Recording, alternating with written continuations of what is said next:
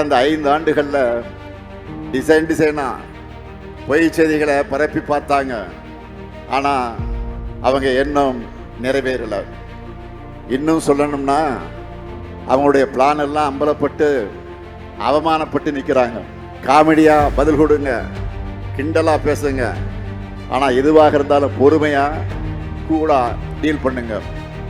அவங்களுக்கு வந்தால் ரத்தம், நமக்கு வந்தால் தக்காளி சட்னி என்ற நினைப்பில் தான் செய்தி சேனல்களும் தேர்தல் ஆணையம் கூட செயல்படுது.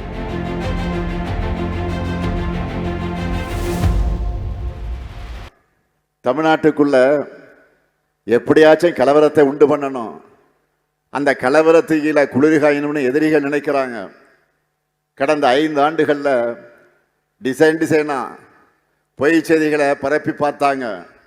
ஆனால் அவங்க எண்ணம் நிறைவேறலை. இன்னும் சொல்லணும்னா அவங்களுடைய பிளான் எல்லாம் அம்பலப்பட்டு அவமானப்பட்டு நிற்கிறாங்க. இந்த பொய் செய்திகளின் சவால்களை நாம் முறியடிச்சாகணும். அதுக்கு நீங்கள் ஒவ்வொருத்தரும் மிக விழிப்போடு ஆன்லைனில் செயலாற்றணும். பொய் செய்திகளை பரப்புகின்ற நிறைய ரைட் விங் அக்கௌண்ட்டுகளை பாஜக நடத்திக்கிட்டு வராங்க. அதில் பாதி அதிகாரபூர்வ பக்கங்கள், மீதியெல்லாம் மீம்ஸ் பேஜ் மாதிரி இருக்கக்கூடிய பக்கங்கள். இப்படி எதுவாக இருந்தாலும் நம்மை பற்றி ஒரு பொய் செய்தி பரப்புகிறாங்கன்னா உடனே ஆதாரத்தோட கமெண்ட்ஸ் ரிப்ளைன்ஸில் நீங்கள் பதிலடி கொடுக்கணும். அந்த பொய் செய்தியை படிக்கிறவங்களில் பாதி பேர் நம்முடைய விளக்கத்தை படித்தா கூட அது உங்களுக்கு கிடைச்ச வெற்றி தான். இதை ஒருத்தர் பண்ணால் போதாது, ஒவ்வொருத்தரும் பண்ணணும். அப்போ தான் பொய் செய்தி பரப்புறவங்களுக்கு பயம் இருக்கும்.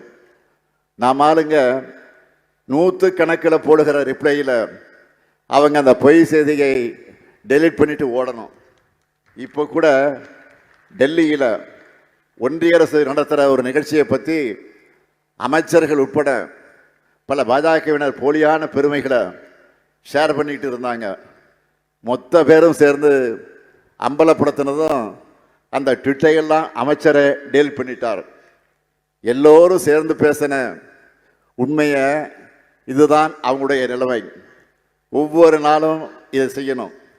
நம்மளை சீண்டி பார்க்கிற மாதிரி நிறைய பதிவுகளை போடுவாங்க. ஆனால் நாம் அதை முதிர்ச்சியோட அணுகணும்.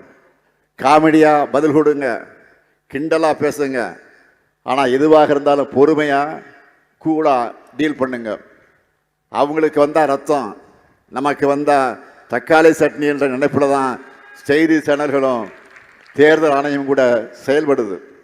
அதனால் நீங்கள் பயன்படுத்தக்கூடிய ஒவ்வொரு சொல்லையும், உருவாக்குகிற ஒவ்வொரு கண்டையும் பொறுப்போடு உருவாக்குங்க. நம்ம எதிரிகளுக்கு இருக்கிற ஊடக சொகுசு நமக்கு என்றைக்குமே இருந்தது கிடையாது. அதை ஞாபகம் வச்சுக்கோங்க. தோழமை சக்திகளோடு சிண்டு முடிகிற வேலையில் எதிர்கட்சியினர் ஈடுபடுவாங்க. அவங்களுடைய சூழ்ச்சிக்கு நாம் இடம் தரக்கூடாது. கழகத்திலிருந்து வரக்கூடிய அஃபிஷியல் செய்திகளை மட்டும் நம்பி செயல்படுங்க. இஷ்டத்துக்கு பரப்பக்கூடிய பொருளைகளுக்கெல்லாம் முக்கியத்துவம் கொடுக்காதீங்க. களம் நமக்கு சாதகமாக இருக்கு. வெற்றி பெறக்கூடியவர்கள் தான் வேட்பாளர்களாக அறிவிக்கப்படுவாங்க. களத்திலையும் ஆன்லைன்லேயும் நாம் சரியாக செயல்பட்டோம்னா நம்முடைய டார்கெட்டை நாம் நிச்சயம் அச்சீவ் பண்ணிடுவோம். அதுக்கு அடித்தளமாக தான் இன்னைக்கு ஆடுகளம் செயலியை லான்ச் பண்ணியிருக்கோம். 2019 தமிழ்நாட்டில் நடந்த எல்லா தேர்தலுக்கும் ஒரு ஒற்றுமை இருக்குது. யார் ஜெயிக்க போகிறாங்கன்னு எல்லாருக்கும் தெரியும்.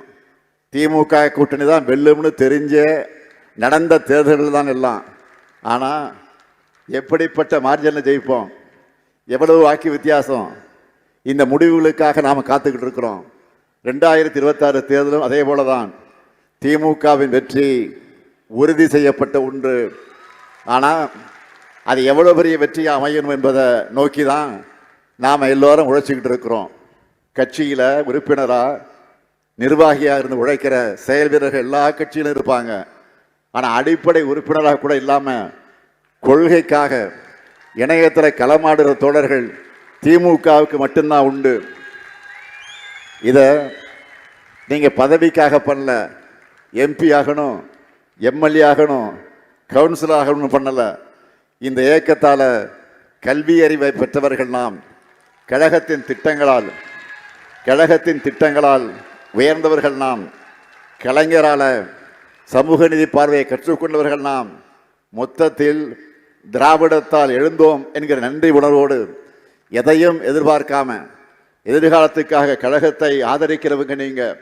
இப்படிப்பட்ட தொண்டர்கள் இல்லாத எதிர்க்கட்சிகளால் இந்த உணர்வை எப்பவுமே புரிஞ்சிக்க முடியாது. நான் உறுதியாக சொல்கிறேன், தேர்தல் வெற்றிக்கு பிறகு இந்த பணிகளில் சிறப்பாக செயல்படுகிற உங்களை மீண்டும் சந்திப்பேன். ஆஃப்லைன் ஆன்லைன் ரெண்டுலையும் டிஎம்கே தான் லயன்னு காட்டுவோம். செய்திகளை உடனுக்குடன் தெரிந்து கொள்ள கீழ்கண்ட கேபிள் மற்றும் டிடிஹெச் நெட்வொர்க்குகளில் எம்நாடு செய்தி தொலைக்காட்சியை காணுங்கள். பாதகம் செய்பவரை கண்டால் நாம் பயம் கொள்ளலாகாது பாப்பா.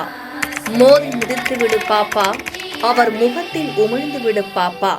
அண்மை செய்திகளை உடனுக்குடன் தெரிந்து கொள்ள இணைந்திருங்கள் எம்நாடு தொலைக்காட்சியுடன்.